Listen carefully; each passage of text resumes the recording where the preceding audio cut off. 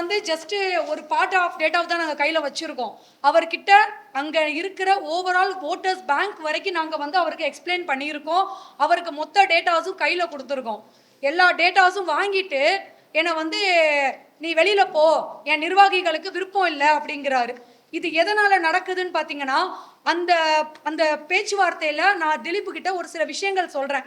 இந்த மாதிரி உங்களோட ஒரு சில நிர்வாகிகள் வந்து இந்த மாதிரியான வார்த்தைகள் தலித் மக்களை நோக்கி பேசுகிறாங்க.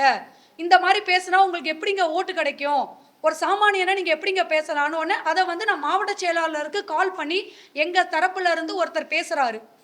ஏங்க இந்த மாதிரி நீங்கள் தலித் மக்களை ஒரு வார்த்தை பேசுகிறீங்க, நீங்கள் சம்மந்தமே இல்லாமல் நிறைய வேர்ட்ஸ் யூஸ் பண்ணியிருக்கீங்களேன்னு சொல்லி பேசின கன்ஃபெஷன் ஆடியோ என்கிட்ட இருக்குது. ஸோ இதெல்லாம் என்கிட்ட இல்லைன்னு நினச்சிக்கிட்டு, ஆஃப்டர் ஆல் லேடி தானே, அவர் திலீப் சார் சொன்ன வார்த்தை, நீங்கள் ஆஃப்டர் ஆல் லேடி தானே, உன்னால் என்ன பண்ண முடியும்னு கேட்டார். நான் போலீஸ் ஸ்டேஷன் போகிறேன். ஃபஸ்ட்டு நான் போலீஸ் ஸ்டேஷன் போய் கம்ப்ளைண்ட் கொடுக்குறேன்.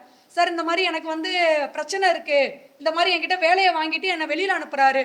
எஸ்ஐ சரவணவேல் பெருமாளுங்கிறவர் எனக்கு என்ன ஸ்டேட்மெண்ட் கொடுக்குறாருன்னா, அக்ரிமெண்ட் போட்டால் உங்க கூட வேலை செய்யணுமா, அக்ரிமெண்ட் போட்டால் உங்க கூட மட்டும்தான் வேலை செய்யணுமான்னு ஒரு காவல்துறை வந்து எனக்கு வந்து அறிவுறுத்துறாங்க. அடுத்தது நான் எலெக்ஷன் ஆஃபீஸ் போகிறேன். சார் இந்த மாதிரி வந்து என்னை வேலை வாங்கிட்டு என்னை ஏமாற்றி வெளியில் அனுப்பிட்டாங்கன்னு சொல்லி நான் ஆர்ஓ பார்க்க போகிறேன் நாமக்கல்ல. அங்கேயுமே என்ன பண்ணுறாங்கன்னு பார்த்தீங்கன்னா, நாங்கள் போகிறதுக்கு முன்னாடி அவங்க என்ன கேள்வி கேட்குறாங்க, அம்மா அந்த வேலை பார்த்தீங்க பணம் வரல, அந்த கேஸுக்காக தானே வந்திருக்கீங்கிறாங்க. எனக்கு நாமக்கல்ல அவ்வளோ த்ரெட்ஸ் கொடுக்குறாங்க அவரோட கட்சி நிர்வாகிகளுக்கு அவரை பற்றி அவர் என்ன பண்ணுறாருங்கிறத இன்னும் தெரியலை. திலீப் வந்து என்ன மாதிரியான டபுள் ஸ்டாண்டர்ட் ஒர்க் பண்றாருங்கிறது அவர் சம்பந்தப்பட்ட கட்சி நிர்வாகிகளுக்கு தெரியல. என்கிட்ட என்ன பேசுறாருன்னா, நான் அவங்கெல்லாம் பணம் வாங்கிட்டு வேலை செய்யறாங்க, எனக்கு அகெயின்ஸ்டா பணம் வாங்கிட்டு வேலை செய்யறாங்க நிர்வாகிகள் பேசின ஆடியோ ரெக்கார்ட்ஸும் என்கிட்ட இருக்கு. இது எதுவுமே என்கிட்ட இல்லைன்னு நினைச்சுக்கிட்டு ஆஃப்டர் ஆல் பொம்பளை தானேங்கிற ஒரு ஸ்டேட்மெண்ட்டை திலீப் சொல்றாரு. அவங்க மிஸ்ஸஸ் வந்து அவங்க நிர்வாகி கிட்ட என்னை எப்படி அறிமுகப்படுத்துறாங்கன்னா, ஆதவ அர்ஜுனா அண்ணா டீம்ல இருந்து வந்திருக்காங்க. அப்போ இதை நாங்கள் கேட்குறோம், ஏங்க நீங்கள் வந்து சம்மந்தமே இல்லாமல் ஒரு நிறுவனத்தை இன்க்ளூட் பண்ணுறீங்க, நான் வந்து தனிப்படை பிரைவேட் லிமிடெட் கம்பெனி, என்கிட்ட எல்லா டாக்குமெண்ட்ஸும் இருக்குது, நீங்கள் என்ன சொல்லியே நீங்கள் சொல்லலாங்கிறதுக்கு இல்லை அவங்க உங்ககிட்டயும் வேலை பேசுவாங்கன்னு சொல்லி அவரோட மிஸ்ஸஸ் லோகநாயகி வந்து இந்த ஸ்டேட்மெண்ட்டை கொடுக்குறாங்க.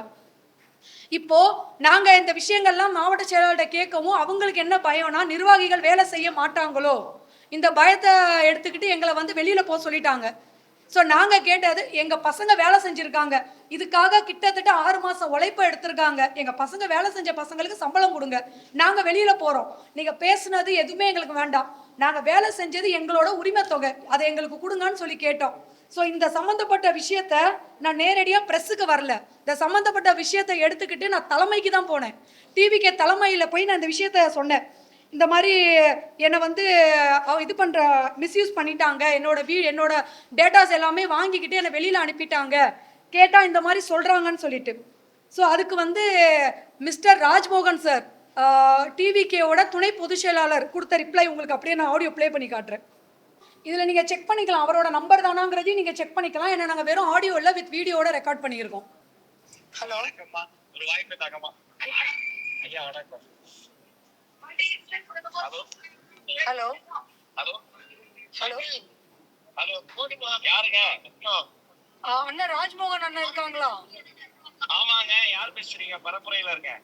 அப்படிங்களாண்ணா, சரி நீங்க ஃப்ரீ ஆயிட்டு கூப்பிடுங்கண்ணா. அந்த நாமக்கல்ல இருந்து அந்த நாமக்கல் பிரச்சனைக்காக பேசணும்லண்ணா உங்ககிட்ட. புதுச்சிலாட்ட மட்டும் தான் பேசுறேன், யார்ட்டையும் பேசக்கூடாதுமா, தொந்தரவு பண்ணாம அந்த பேசு. அண்ணா அவர் ரெஸ்பாண்ட் பண்ண மாட்டேங்கிறாருண்ணா, அவரு ரெஸ்பாண்ட் பண்ண மாட்டேங்கிறாருண்ணா, ரொம்ப முக்கியமான விஷயம். தலைவர் தொகுதிக்கு அவர்கிட்ட பேசுங்க. இல்லண்ணா அவர் ரெஸ்பாண்ட் பண்ணல. இதுதான் சார் அவர் கொடுத்த பதில். அவருக்கு இந்த நாமக்கல் பிரச்சனையை நாங்கள் மொத்தமாக எக்ஸ்பிளைன் பண்ணியிருக்கோம். இந்த மாதிரி வந்து அவர் எங்களை சீட் பண்ணிட்டாரு, எங்ககிட்ட எல்லா எவிடன்ஸும் இருக்குன்னு சொல்லி நான் ஃபர்ஸ்ட் அணுகுனதே தாவேக்கால ராஜ்மோகன் அண்ணனுக்கு, அடுத்தது ஆதவார்ஜுனா அண்ணனுக்கு, திரும்ப அருண்குமார் ஐஆர்எஸ் சாருக்கு நான் அணுகுனேன். ஆனால் யாருமே எனக்கு ரெஸ்பான்ஸ் பண்ணலை. போன இடம்லாம் இங்கே போனோம், அங்கே போ, அங்கே போனோம், அங்கே போ. இது வந்து பார்த்தீங்கன்னா ஆல்ரெடி ஷர்மிளாக்கு, டிவிகே ஷர்மிளாக்கும் இதுதான் நடந்துச்சு, ரஞ்சனா நாச்சியாருக்கும் இதுதான் நடந்துச்சு, அதே மாதிரி இப்போ அந்த அஜிதா ஏங்கல் அந்த பொண்ணுக்கும் இதே தான் நடந்துச்சு. ஸோ இதே தான் கண்டினியூவாக பண்ணிக்கிட்டு இருக்காங்க. பெண்களுக்கு முன்னுரிமை தரேன்னு சொன்னவங்க எங்கெங்க கொடுக்குறாங்க? காதை கொடுத்து கேட்க கூட அவங்க கிட்ட நேரம் கிடையாது.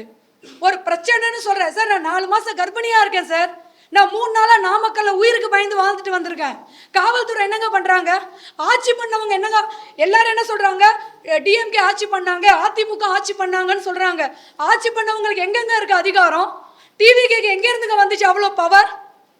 ஒரு பொண்ணை, கர்ப்பிணி பொண்ணை மிரட்டுற அளவுக்கு அவங்களுக்கு எங்க இருந்துங்க வந்துச்சு பவர்? நான் உயிருக்கு பயந்து நாமக்கல்ல இருந்து வெளியில வந்திருக்கேங்க. ஒரு சப்போர்ட் கிடையாது. எலெக்ஷன் கமிஷன் என்ன பண்ணாங்க? நான் கிட்டத்தட்ட 20 மீடியாவுக்கு நான் கால் பண்ணியிருக்கேன். இங்க இருக்கிற எல்லாத்துலயும் எல்லாரோட மீடியா சேனல்ல நாமக்கல்ல இருக்கவங்களுக்கு நான் கால் பண்ணேன். அதுக்கான ரெக்கார்ட்ஸ் என்கிட்ட இருக்கு. ஒருத்தவங்க கூட வரல. ஒரு பொண்ணுக்கு பிரச்சனைனா இங்க யாருமே வரமாட்டாங்க. புதிய மாற்றம் வேணும். எனக்கு விஜய் அண்ணனை பர்சனலா ரொம்ப பிடிக்கும்.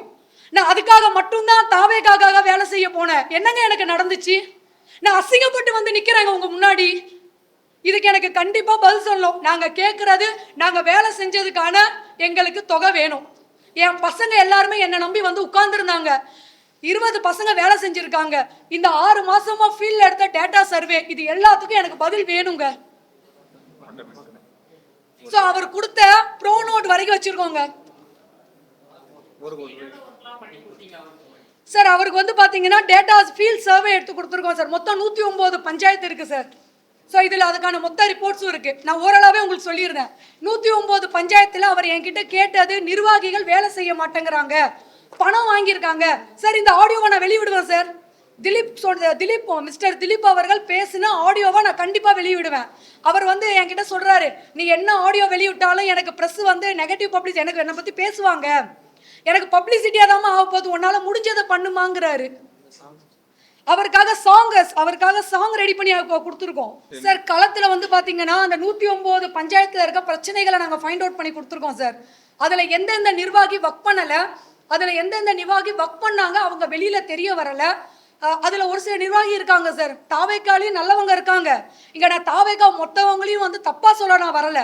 தாவேக்காலையும் நல்லவங்க இருக்காங்க. 52 நாள் நான் ஸ்டாப்பா முட்டை பால் ஒரு சில மக்களுக்கு சப்ளை கொடுத்துருக்காங்க. சொந்த கை காசுல கொடுத்தவங்களும் இருக்க தான் செய்கிறாங்க. நான் அந்த டேட்டாஸ் எல்லாம் அவருக்கு எடுத்து கொடுத்துருக்கேன் சார். அவருக்கு தெரியாது சார். அவர் வந்து பிளண்டா ஒரு ஸ்டேட்மெண்ட் வைக்கிறாரு, நீ வெளியில போனா, நான் வெளியில போய் சொன்னா நான் உன்னை டிஎம்கேன்னு சொல்லிட்டு போயிட்டே இருப்பேன், எனக்கு ப்ரமோஷன் தான் சொல்றாரு சார். ஏன் சார்? டிஎம்கேல தளபதிக்கே வந்து விஜய் பிடிக்கும்னு சொல்லியிருக்காரு சார். ஸோ பிடிக்குங்கிறதுக்கும் நான் ஒரு கட்சியில வந்து எனக்கு ஒரு கட்சியோட கொள்கை பிடிக்குங்கிறதுக்கு நிறைய வித்தியாசம் இருக்கு.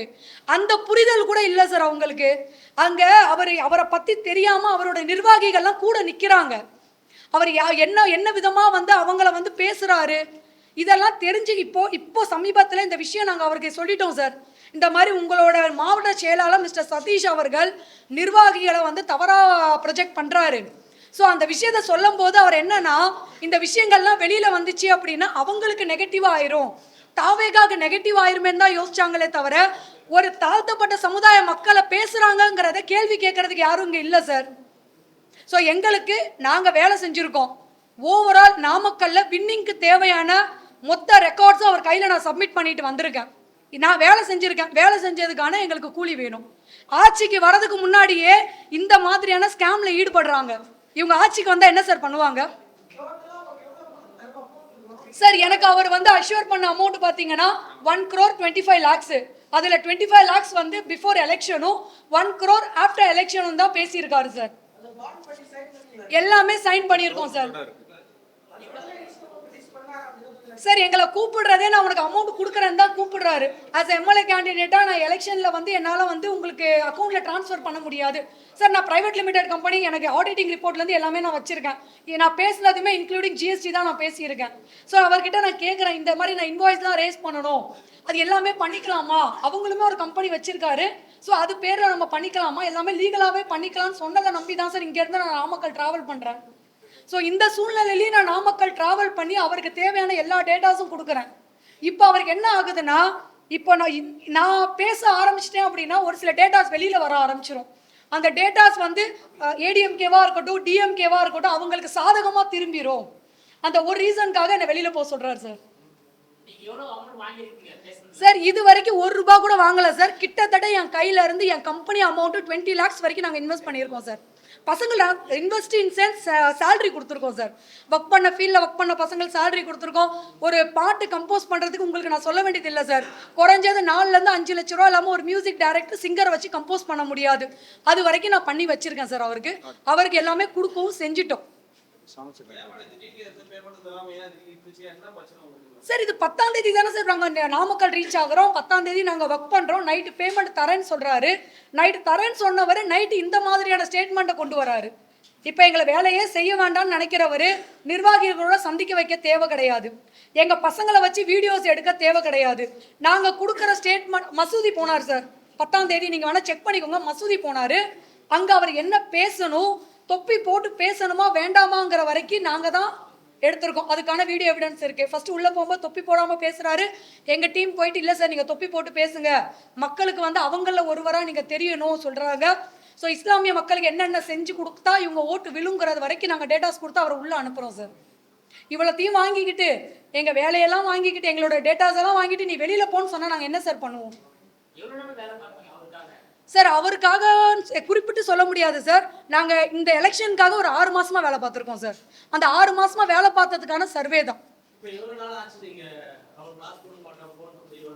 சார். நான் கிட்டத்தட்ட 3 நாளாக நாமக்கல்ல போராடி பார்த்தேன் சார். ஆனால் எனக்கு வந்து பதிலே வரல. அதுக்கப்புறம் நான் சென்னை வந்தேன். சென்னை வந்து இங்கே இருக்கிற ஒரு சில பீப்புளை நான் அணுகுனேன். ஸோ என்னன்னா இப்போ எலெக்ஷன் டைம்ங்கிறதுனால யாருமே சப்போர்ட் பண்ண ரெடியாக இல்லை.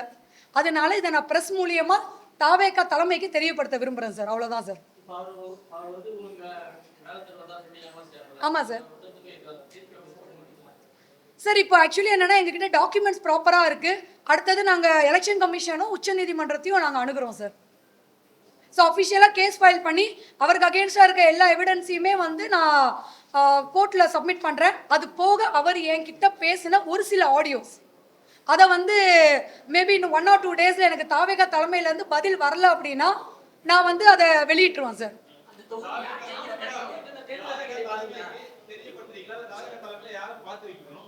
சார் தாவேகா தலைமையில் ராஜ்மோகன் அண்ணன்ட்ட பேசிட்டேன் சார்.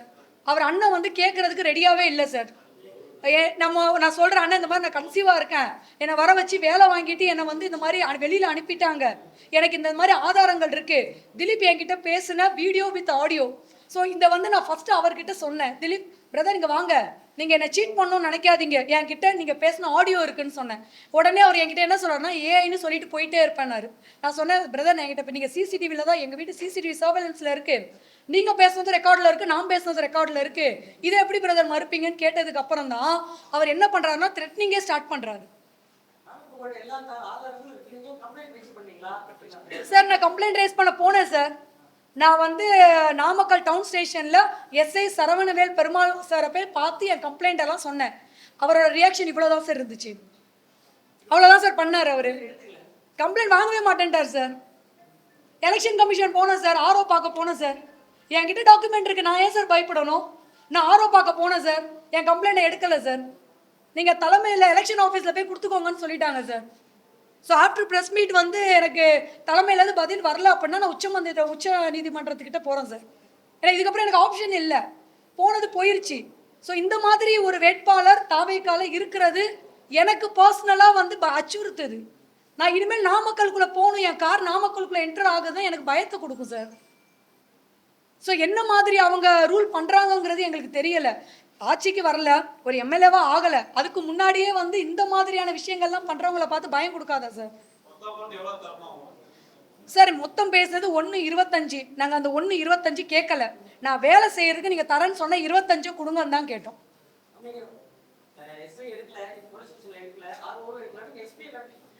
சார் என்ன நம்பிக்கையில் சார் நான் எஸ்பி ஆஃபீஸ் போகிறது நீங்களே சொல்லுங்கள் சார். ஆஸ் அ உமனா என்னை வந்து ஓப்பனாக அவங்களோட நிர்வாகிகள் ஒரு சில அட்வொகேட்ஸ், நான் எங்கள் பேர் மென்ஷன் பண்ண விரும்பலை, ஓப்பனாக என்னை மிரட்டுறாங்க சார். அவங்க என்ன நினச்சிட்டு மிரட்டுறாங்கன்னா நம்ம திலீப் வந்து நல்லவர் நினச்சிட்டு மிரட்டுறாங்க. அவருக்கு அகேன்ஸ்டாக திலீப் பேசின ஆடியோ இருக்குது, அதை வெளியிட்டா அப்போ என்ன பண்ணுவாங்கங்கிறத நான் பார்க்க விரும்புகிறேன் சார். சார் நான் இதுக்கு பதில் சொல்ல விரும்பலை சார். இல்லை பர்சனலாக நான் விரும்பலை சார். சார் என்கிட்ட சர்வே இருக்குது சார். ஆல்ரெடி நான் ஒருத்தங்க கிட்ட என் சர்வேவை கொடுத்துட்டு வந்து இங்கே உட்காந்துருக்கேன் சார். நான் நிறைய இழப்புல வந்து உட்கார்ந்துருக்கேன். மறுபடியும் அது சார் நாங்கள் கொடுத்த சர்வே வச்சு பார்த்தீங்கன்னா டிவிகே ஜெயிக்க 100% வாய்ப்பு இருக்குது சார். சார் அங்கே ஆல்ரெடி வந்து 10 வருஷம் ஏடிஎம்கே ஒர்க் பண்ணியிருக்காங்க சார். 5 வருஷம் டிஎம்கே ஒர்க் பண்ணியிருக்காங்க சார். ஸோ அவங்களோட ப்ளஸ் ஆர் மைனஸு நான் வந்து சொல்கிறது 109 பஞ்சாயத்து வயசு நான் எடுத்து கொடுத்துருக்கேன். ஸோ அது போதும் சார் அவங்களுக்கு வின் பண்ணுறதுக்கு. இன்னொன்று நான் கொடுத்த ஸ்ட்ராட்டஜியில் நான் வெளியில் வந்ததுக்கப்புறம் அவங்க ஒர்க் பண்ணிக்கிட்டு இருக்காங்க சார். ஆமாம் சார். நாமக்கல்ல மட்டும் சொல்கிறேன் சார், மற்ற இடத்துல எனக்கு தெரியாது சார். தெரியாததை நான் பேச விரும்பலை. நாமக்கல்ல எனக்கு பர்சனலாக என்ன நடந்துச்சுங்கிறத மட்டும் தான் இங்கே நான் சொல்ல விரும்புகிறேன். ஸோ எல்லாரையும் நான் வந்து மொத்தமாக குற்றச்சாட்டு பண்ணுறது என்னோட வேலை கிடையாது. எனக்கு என்ன நடந்துச்சு, நான் என்ன கோத்ரூ பண்ணங்கிறத மட்டும்தான் சார் இங்கே நான் பேச வந்திருக்கேன். சார் நான் வேலை செஞ்சது என் பசங்களுக்கான சம்பளம் வேணும்ல சார். சார் நான் என்ன கேட்குறேன், ஒரு கம்பெனியில் ஒரு டீம் ஒர்க் பண்ணுறாங்க சார். அவங்க என்ன சார் எதிர்பார்த்து வருவாங்க? நம்ம ஓனர்ஸ் நம்மளுக்கான சேலரி கொடுப்பாங்கன்னு தானே சார் வருவாங்க. அந்த சம்பளம் கொடுக்க முடியாத நிலைமையில நிற்க வச்சிருக்காருல்ல சார். எனக்கு அதுக்கான கிளியரன்ஸ் தலைமையிலேருந்து பேசி கொடுக்கணும் சார். 25 lakhs அவர் பேசுனது கொடுக்கணும்னு எதிர்பார்க்குறேன் சார். ஆமாம், அவர் பேசுனதை தான் நாங்கள் கேட்குறோம். ஆஃப்டர் எலெக்ஷனு ஆஃப்டர் வின்னிங்லாம் நான் கேட்கல சார். எனக்கு பேசுனது எங்களோட 6 மாதம் டேட்டாவை வாங்கிட்டு அவர் யூஸ் பண்ணிக்கிட்டு இருக்காரு சார் ஃபீல்டில். அவருக்கு நான் சொல்லி கொடுத்தேன், மக்களை வந்து உங்ககிட்ட கேள்வி கேட்க வைங்க, நீங்கள் என்ன செய்வீங்கன்னு. நீங்கள் பார்த்தீங்கன்னா 11th அப்புறம் தான் அதை செய்ய ஆரம்பிச்சிருக்காரு. நீங்கள் வேணால் செக் பண்ணி பாருங்கள், அவரோட ப்ரொஃபைல்ஸில் அவரை சார்ந்தப்பட்ட வீடியோஸில் செக் பண்ணி பாருங்கள். நாங்கள் உட்காந்து அவருக்கு சொல்கிறோம், அங்கே ஒரு டிச்சு ப்ராப்ளம் இருக்குது சார், அதில் ஒரு குழந்தை இறந்துருச்சு நாமக்கல்ல. அந்த பிரச்சனையை வந்து மக்களை விட்டு உங்களை கேள்வி கேட்க வைங்க, அது கேட்டிங்கன்னா உங்களுக்கு யூஸ்ஃபுல்லாக இருக்கும், மக்களுக்கு நீங்கள் யாருன்னு தெரிய வருவீங்க. இந்த மாதிரியான விஷயங்கள்லாம் நான் அவருக்கு எடுத்து கொடுத்துட்டு வந்திருக்கேன் சார். ஸோ நாங்கள் வேணான்னு நினைக்கிறவங்க என்னோட வேலையை யூஸ் பண்ணக்கூடாது. எங்ககிட்ட டேட்டாஸும் வாங்கிப்பாங்க, பணமும் கொடுக்க மாட்டாங்க. பணம் கேட்க போனால் போலீஸ் வச்சு விரட்டுவாங்க. அவர் நிர்வாகி நேரடியாக நான் த்ரெட்டன் பண்ணியிருக்காரு, என் ஊரில் நீ இருந்து என்ன பண்ணுவேன்னு நான் பார்க்குறேன்னாரு சார். 3 நாள் நாங்கள் போகிற வர எல்லா இடத்துலையுமே எங்களை பின்னாடி வந்து தாவேக்காவினர் பின்தொடர்ந்தாங்க. இதை நான் காவல்துறையில் சொல்லியிருக்கேன் சார். சார் என்கிட்ட அஃபிஷியலாக லீகல் டாக்குமெண்ட்ஸ் இருக்குல்ல சார். ஸோ அதை வச்சு நான் ஹைகோர்ட்டில் முறையிட்டுருவேன் சார். எனக்கு நியாயமான பதில் கிடைக்கல அப்படின்னா ஹைகோர்ட் சார். இன்னைக்கு வந்து சட்டத்திட்டங்கள் ரொம்ப பெருசு சார். காமன் பப்ளிக்கு தேவையான சட்டத்திட்டங்கள் இருக்குது சார். நான் ஹைகோர்ட்டை முறையிட்டு அங்கேருந்து எனக்கு நியாயம் கிடைக்கும் சார், நான் நம்புகிறேன்.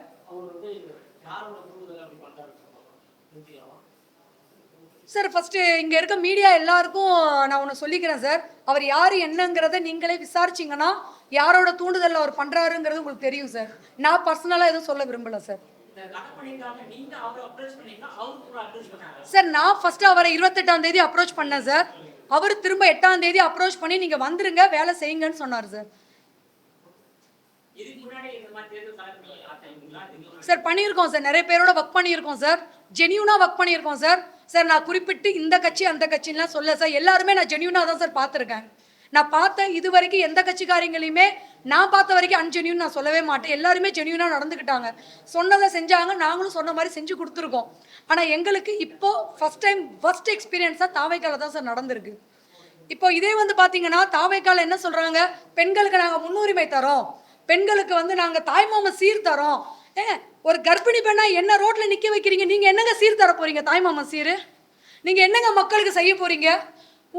மற்ற கட்சியை வந்து நேரடியாக தாக்குறாரு, பெண்களுக்கு பாதுகாப்பு இல்லை. உங்கள் கட்சியில் எங்கெங்க பாதுகாப்பு இருக்குது?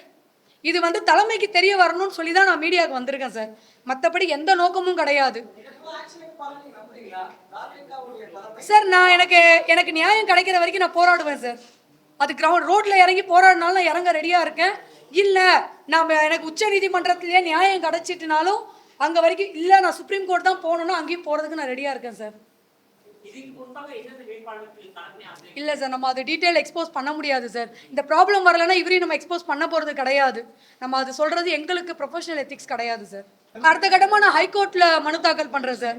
எலெக்ஷன் கமிஷனை அணுகுறோம். மேபி அவரை டிஸ்குவாலிஃபை பண்ணுறதுக்கு சான்சஸ் இருக்குன்னு சொல்லியிருக்காங்க எங்கள் சைடில் இருக்க லீகல் டீம்ஸு. ஸோ அதுக்கு என்ன பண்ணலாம் அப்படிங்கிறத நாங்கள் மேல் பார்ப்போம். அது நடக்காத பட்சத்தை ஹைகோர்ட்டில் முறையிடுறோம் சார். நன்றி சார்.